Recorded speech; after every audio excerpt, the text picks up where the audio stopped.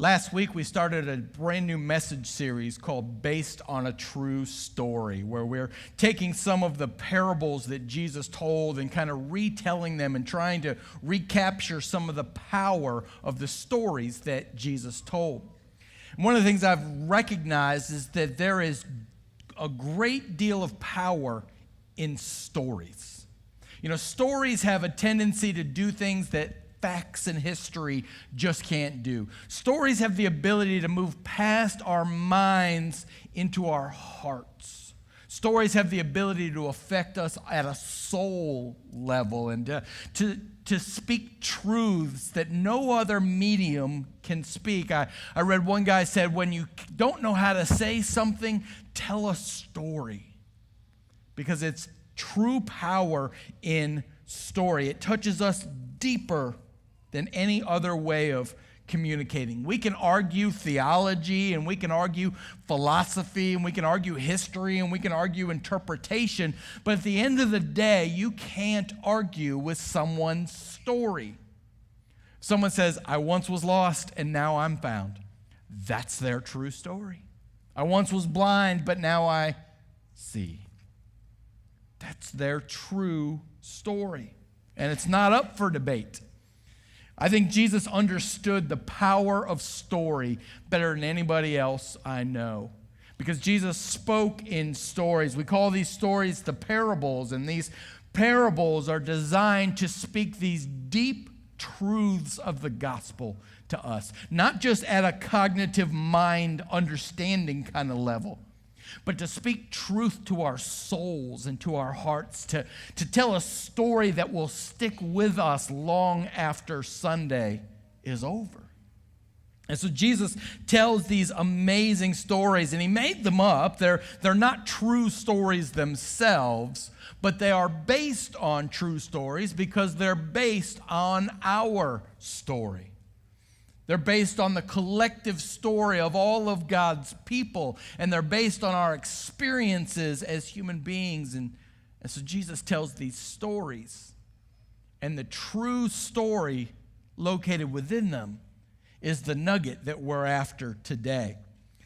Last week, we started with the story of the prodigal son. Now, if you've spent much time in church at all, you've probably heard that story before. Probably wasn't the first time you've heard that story, would be my guess. If you grew up in Sunday school, I'm sure you remember that story. If you've been to Vacation Bible School, you probably remember the little flannel board figures of the characters in that story, the father and the two sons. And the story was a familiar one to a lot of you. Today, you just heard a story that is much less familiar, would be my guess. Some of you were thinking, as Julie was reading the story of the shrewd manager, some of you were thinking, wait, that's in the Bible? I've never heard that story before. Nobody ever taught me that in Sunday school. Do you know why that is? Because you get to the end of the story and you go, wait, what? What? So we're going to jump into this story today. It's interesting to me that the parable of the shrewd manager in the book of Luke is told right after the parable of the prodigal son. So the parable of the prodigal son ends at the end of chapter 15, and chapter 16, verse 1 of Luke is Jesus telling this story of the shrewd manager. Now, if you were here last week, you may remember that when Jesus was telling the story of the prodigal son, there were two audiences. There were the tax collectors and sinners over here, and there was the Pharisees and the teachers of the law over here. Something happened between the end of chapter 15 and the beginning of chapter 16 where the audience shifts just a little bit. The tax collectors and sinners, they heard this true story about God loves you. And they believed it. And they went off and they began to live as if God truly did love them. They allowed God's true story to affect their story. And so the tax collectors and sinners have wandered off. They've gone. And so Jesus is now speaking to the disciples, we learn in verse 1. But within earshot are the Pharisees. They're still standing over here in the corner, and they're still a little ticked off because the older son didn't get what they wanted him to get in the story. And so the Pharisees are standing off here in earshot, and here's how I imagine it to go. Jesus gathers the disciples around, and the Pharisees are over here somewhere, and he goes, all right, guys, here's the story. There was a rich man. Can you guys hear me over there? Right? He was telling the story just loud enough that the Pharisees could hear. Because this story wasn't just for the disciples. It was really for them. The Pharisees, who Luke describes as those who loved money. So Jesus starts telling this story, and I love it because there's no real setup. There's no question that Jesus is answering. There's no context to the story other than the story of the prodigal son. And Jesus just launches into this story in chapter 16, verse 1. He said, there was a rich man who had a manager. And this manager was kind of like a business manager, a CFO. He handled the money. He handled the business contracts. He handled the people who owed the master money and, all of that kind of stuff. And so the master was over at the country club last week and hanging out, playing golf with the other rich folks in the community. And one of the guys in the locker room was like, hey, man, your manager's doing some shady stuff. You ought to pay attention to that. And the master begins to hear these rumors about the manager. And so Jesus tells them that the master calls the manager in and says, listen, man, we're doing an audit. You're busted. You're caught. You got 2 weeks to get the books cleaned up, and you're fired. Settle some accounts, bring stuff together, and you're out. Now, I don't know if there's anybody in this room who's ever lost a job before. Maybe you've been fired. Maybe you were laid off. Maybe there was downsizing. But it is hard when that happens. It affects us deeply because we put so much identity into what we do rather than who we are. And so when you lose a job, you end up doubting yourself. You end up struggling with your own identity. And it's a real confidence shaker. So as Jesus is telling this story, he tells that this guy is trying to figure out, what am I going to do next? Because I'm not strong enough to dig. I don't want to do manual labor, and I'm too proud to beg, as if those were the only two options. But we all know that when you're in a crisis moment, sometimes the options seem very limited, right? And in verse 4, the manager, it's like a light bulb goes off. Ding! I know exactly what I'll do. I got an idea. So look at verse 5 with me. It says, he called in each one of the master's debtors, and he asked the first, how much do you owe my master? 900 gallons of olive oil, he replied, and the master told him, take your bill and sit down quickly and make it 450. Then he asked the second one, and how much do you owe? 1,000 bushels of wheat, he replied, and he told him, take your bill and make it 800. Now, let me give you a little context here of what's happening. This is an agricultural society, and so often they would trade in commodities rather than in cash. They would trade goods rather than dollars, and so it wasn't surprising that people would owe oil or owe wheat or something like that through the harvest. What was surprising is that here this dishonest manager, this guy who's losing his job, is bringing in these people who owe the master money, and he's cutting their bills. The oil that he was owed would have been worth about $4,000 in today's money. He cuts that in half, saving the guy who owed the master $2,000. That's a good day, isn't it? If you're the guy who owes the bill. The guy who owns the wheat, that's worth about $10,000. He takes 20% off of his bill and saves him about $2,000 as well.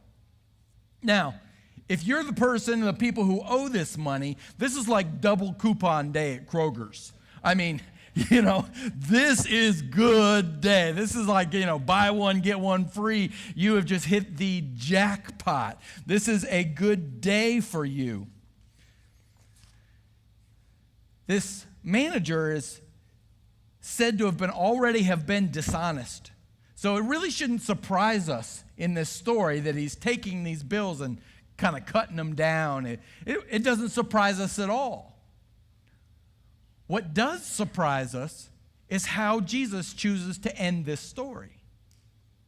Because what we would expect is the very next verse is that the master finds out and the master has the manager thrown into prison for stealing this money from him, right? That would make sense. Or if you get real Jesus-y on me and real spiritual, Jesus-y is a word, by the way. You get real spiritual, you might even go to the place where you think, okay, here's what's going to happen. Jesus is going to end the story where the master forgives the dishonest manager and pays what's due himself and pays the price himself, kind of a setup towards the cross. That would make sense to us too. But listen to how this story ends. Verse 8. The master commended, he complimented, congratulated, he encouraged, he praised, he celebrated, he applauded the dishonest manager because he had acted shrewdly. For the people of this world are more shrewd in dealing with their own kind than are the people of the light. Now, am I the only one in the room who's going, wait, what? Did I hear what I think I just heard? Did Jesus just approve of dishonesty?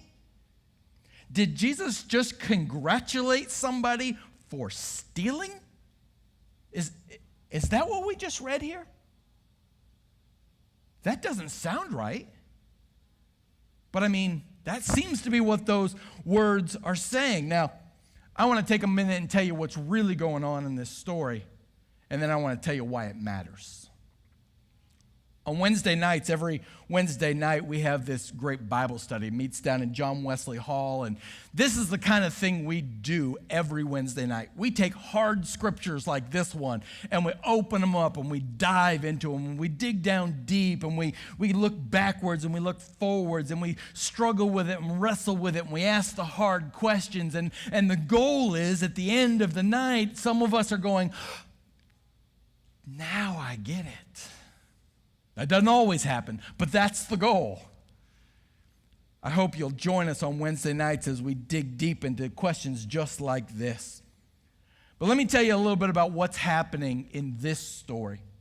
The people of Israel are working under Torah law. The first 5 books of the Bible, Genesis, Exodus, Leviticus, Numbers, and Deuteronomy, there's a lot of law found in there. They called that the Torah, or God's law. And so that was the foundation for how they worked and how they lived in community with one another. And in Leviticus chapter 25, you find these verses. If any of your fellow Israelites become poor and are unable to support themselves among you, help them as you would a foreigner or a stranger, so that they continue to live among you. Do not take interest or profit from them, but fear your God, so that they may continue to live among you. You must not lend money at interest or sell them food at a profit. For I am the Lord your God, who brought you out of Egypt to give you the land of Canaan and to be your God. This dishonest manager wasn't dishonest because he cut the bills down. He was fired because he raised the bills in the first place with illegal interest. Do you see what's going on here? So the people actually only owed, 450 gallons of oil or 800 bushels of wheat. And so the manager was taking some kickbacks on top of his paycheck. And this was illegal according to Leviticus. Now, let me be clear. Though it was illegal, it happened a lot. I know that never happens in our society and in our culture. But back then, people were worse than we are, so they weren't smart as us. If you're not feeling the sarcasm there, you'll catch up. And so what's happening here is this dishonest manager has been adding on to the bill and taking that skimming off the top and taking that for himself, and he got caught doing it. And the reason he got caught is the exorbitant amounts, 50%, 100% at one point. He increased the bill. And he got caught. So he says, now what am I going to do? I'm in this crisis moment. You ever been at a crisis moment? You come to a fork in the road and you know you got two options. Here are the two options facing this dishonest manager. Option number one, keep doing what I've been doing. I'll leave with about $4,000 in my pocket. And that'll be okay. You know, I'll have some money to get me over the hump for a while, but eventually that money's going to run out. And now what? My reputation in the community is shot. No one's going to hire me. What am I going to do? This dishonest manager, the other option for him is to do the next right thing. He's been dishonest up to this point. He has blown it up to this point. He's been breaking the law up to this point. But he decides in this crisis moment to do the next right thing. How many of us know that who we are is really dictated by how we act in crisis, right? And so here's what he says. He says, you know, I'm going to be giving away this $4,000 that I could easily have. But as I do this, what's going to happen is I'm going to gain friends. People are going to say, wow, you're really treating me with honesty and with integrity. Maybe I could hire you. And so that's what's happening in this story. This is why the master commends the dishonest manager, because he acted shrewdly or sensibly or prudently. He wasn't dishonest because he changed the bills. As a matter of fact, that was the first honest thing he'd done in a long time. Here's why this matters to Jesus. I love this parable because, one, it makes you think. It's one that if you just read it and you didn't dig into it, you could really end up in a bad place, right? If you just read on the face of this, you could end up saying, whoa, so I guess God wants us to take advantage of people, and cheat people, and I guess that makes sense. But that's not the heart of God at all, is it? So you got to dig deeper. The other thing I like about this parable is that Jesus knew how complicated this parable was, and so he takes some time to explain it. Verses 9 through 15 were Jesus' way of saying, let me tell you what I just told you. Let me tell you what this story really means. Now, Jesus talks a lot in his parables about our stuff and about our possessions. As a matter of fact, the only thing that Jesus talks about more than money and possessions is the kingdom of God. And I think the reason money and possessions and our stuff is such a big deal to Jesus is because our stuff is a big deal to us. It's one of those places where we struggle to trust God with our stuff, right? We struggle to open our hands. Now, before you tune me out and you think, oh, here we go. Here's another sermon on how to give to the church, and, here's another way Dave's trying to get in my wallet. Let me put your mind at ease for a second. I'm not asking you to give anything to the church. At the end of October, we're going to do a stewardship series where I am going to unashamedly ask you to give to the church. This series is going to be called Kingdomnomics. We're going to be talking for 4 weeks about the blessing of giving to what God is doing through this church. That's what that series is going to be all about. And I'm going to unashamedly tell you why it's a good idea to invest in what God is doing here in this church. But this is not that sermon. That series is about that 10% we give to God. What Jesus is talking about here is the 90%.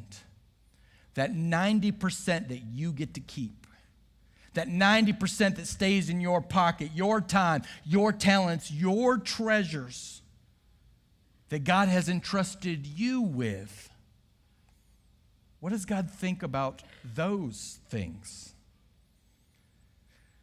Jesus goes on to explain that all of your stuff is a tool. All of your stuff is a tool to leverage relationships with. That everything God has given you is designed by God to be a tool to build and to leverage relationships, to connect people's hearts to God's heart. Listen to what Jesus says in verse 9. He says, I tell you, use worldly wealth to gain friends for yourself, so that when it's gone, you will be welcomed into eternal dwellings. Do you see what Jesus wants us to do with our stuff? Use it to gain friends, to build relationships with other people. This is what we're called to do. See, sometimes we get confused by thinking our stuff is the end rather than the means. Do you see what I'm talking about? We think, he who dies with the most toys wins, right? We think that getting stuff is the goal of life, and we confuse the means with the end. At the end of the day, our stuff is a means to connect ourselves and to connect others to the heart of God. And so the question Jesus is asking us is, how are you using the tools I've given you? When Julie and I were first going to seminary, we had 4 young children at the time. We were living in Louisville, Kentucky, in a seminary housing. We called it the Gospel Ghetto.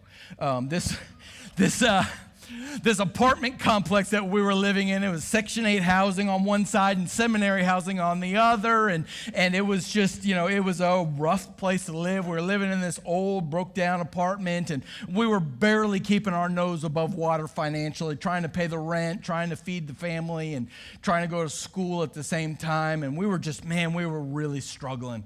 Every day was a struggle for us, and somebody from our church came to us one time and said, I was serving as a youth Sunday school teacher at the time. He said, my dad just passed away a year or so ago, and we got a house in his will, and we wondered if you'd be willing to rent that house from us.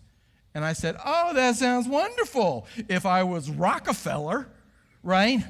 If I had money falling out of my pockets, that'd be great, but I can't afford the teeny little 2-bedroom gospel ghetto that I have, much less your house in the suburbs. And you know what they said? Can you afford $100 a month? And I'm like, wait, what? And here's what I realized. This was not them trying to make a profit. This was them recognizing that the stuff they had was a tool to connect people to God's heart. It was their way of saying, we want to make a difference in the world, and we think we can do that by supporting what God is doing through you and your family. And so for 4 years, we lived in this home for $100 a month. And God used that as a tool, and not only did God use that home for us, but we recognized what a gift it was. And so that home became a place of not just sanctuary and for our family, but it became a place of ministry and mission. I was a youth pastor at the time, and so teenagers would come over after school, and we'd do ministry, and we'd have Bible studies, and we'd invite the community in, because we knew that house wasn't ours, that house was a tool. That stuff was a tool that God has given us. We all have stuff. I think the challenge is God saying, you know what? What would happen if you started to use your stuff for me? Now, some of our stuff we're willing to use for God. But let's be honest, we all have that stuff that's a little off limits, It's like the guest towels, in the bathroom that no one's allowed to use, even the guests, right? Who gets to use those? It's like that formal living room that you have in the front of your house, but nobody gets to sit on that couch. Don't go in there. I imagine someday a conversation with God where God says, welcome home, good and faithful servant. I gave you a bunch of stuff. What'd you do with it? And I don't want to be the guy who says, I hid it in the guest bathroom where no one could see it. Are you with me? So all of our stuff is a tool. The second thing Jesus teaches us is that all of our stuff is a test. That God is testing us for our alignment, to see who we are aligned with. If you want to know what's really important to a person, see where they spend or invest their stuff. Several years ago, I ran across one of my old college checkbooks, and I was just kind of flipping through the old pages, and it was like Domino's, Pizza Hut, Domino's, bookstore, Domino's, Pizza Hut, Domino's, and I was like, wow, pizza is really important to me. Listen to what Jesus says about this test God is giving us. Whoever can be trusted with very little can also be trusted with much. And whoever's dishonest with a little will also be dishonest with much. So if you've not been trustworthy in handling worldly wealth, who will trust you with true riches? And if you've not been trustworthy with someone else's property, who will give you property of your own? See, all the stuff we have is a test from God. It's God saying, I'm going to give you a little. And we've all been given a little. Now, I know we like to compare ours to other people's, and mine's more little than yours is. But at the end of the day, when we compare our stuff to God's stuff, we've all been given a little. Amen? We've all been given a little. And here's the good news about that. God is a God who does a lot with a little. God's the God who feeds thousands with one kid's lunch. And so God said, I'm giving you a little. And I'm giving you some pretty insignificant stuff. This is all stuff, you can't take any of it with you. It's all staying here. You know, none of it at the end of the day is really going to matter. So I'm going to give you a little bit of insignificant stuff. And I want to see how you do with it. Because here's the deal, church. God is telling us, I've got something for you that will blow your mind. I've got something for you that this worldly wealth, you know what the King James version of worldly wealth is? I love this. Unrighteous mammon. Sounds all scary, right? This is how God sees our stuff, as this unrighteous, just kind of junk. And God says, if you do well with this little bit that I've given you, you can't believe what I have in store for you. I'm going to see how you do, because I want to trust you, not just with your stuff, but with my stuff. And God says, my stuff will blow your mind. So our stuff is a test. It's a trust test. Now, this summer, we did something similar at our house. Julie and I, we went to a conference for 6 days up near Lake Erie, and we left our son Ben home alone for 6 days. 17 years old, all right? Now, he understands our rules, he knows our structure, our boundaries, and so we had this opportunity. And before we left, now hear me also, church, we had sisters looking in on him and neighbors, and we're not stupid, right? But we told Ben, we pulled him aside and we said, hey, listen, man, here's the deal. This is a golden opportunity for you. Getting ready to start your senior year in high school. Things are, you're looking for some freedom in life. If you handle this week well, stay within our boundaries, follow the rules, do what you're supposed to do. If you do well here, your senior year is going to be amazing.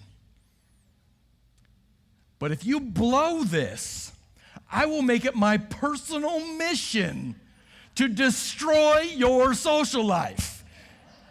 because I'm that dad. He did great. He did great. I want to tell you, I'm proud of him. He did really well. Maybe when he's 30, he'll tell me otherwise, but until then, we're just going to go with the story that he did great. And because of that, because we could trust him with a little, he's got a ton of trust in our house. He says, Dad, I'm going here, and I don't have to GPS his phone anymore. Because I can.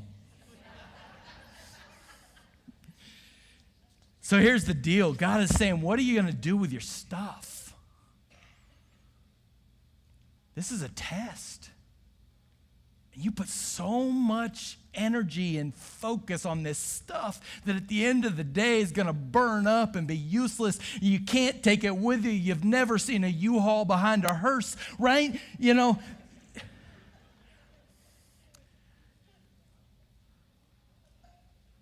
And this is God's way of saying, I have something so much better for you. But now's your chance to show that you can be trusted. So our stuff is a tool and our stuff is a test, but our stuff is also a trademark. You know what a trademark is, right? You see a trademark on something, it shows ownership. It shows who it belongs to. It shows allegiance. So here's what Jesus says in verse 13. He says, no one can serve two masters. Either you'll love the one and hate the other, or you'll be devoted to one and despise the other. You cannot serve both God and money. Does anybody besides me think it's interesting if Jesus is going to draw two opposite parallels? Shouldn't it be God and Satan? But Jesus says God and money. I wonder why that is. I wonder if it's because we elevate money to this place of allegiance. We elevate our stuff to this place of worship, and we put our stuff in God's rightful place. Matthew 6:21, Jesus reminds us that where our treasure is, that's where our heart is also. So when you look at your stuff, what does your stuff say about who your God is? What does your stuff say about who you're aligned with? What does your stuff say about who you worship? And again, church, I'm not talking about that 10% you give to God. I'm talking about the 90% that God says, I'm giving to you. And I want to see what you do with it. I want to see if you use it as a tool. I want to see if you use it as a test. I want to see if you use it as a trademark to connect people to me. I heard once that you make a living by what you earn, but you make a life by what you give. And so at the end of the day, though we're talking about that 90%, we all recognize that 100% of it belongs to God in the first place. It all came from God. It's all because of God. And so we have the opportunity to use our stuff in a way that makes a difference. Now, I love that Jesus had the Pharisees sitting over here in a corner, talking all loud so they could hear. These Pharisees who loved money, they were sneering at Jesus, and here's how he ends the story. He said, you are the ones who justify yourselves in the eyes of other people, but God knows your heart. What is highly valued among people is detestable in God's sight. So I don't know what you've heard today, but I want to challenge you with those last words of Jesus. That what we value, God says, there's no real value there. Put your trust in me. Because at the end of the day, here's a true story. You can trust God with your stuff. You can trust God with your stuff.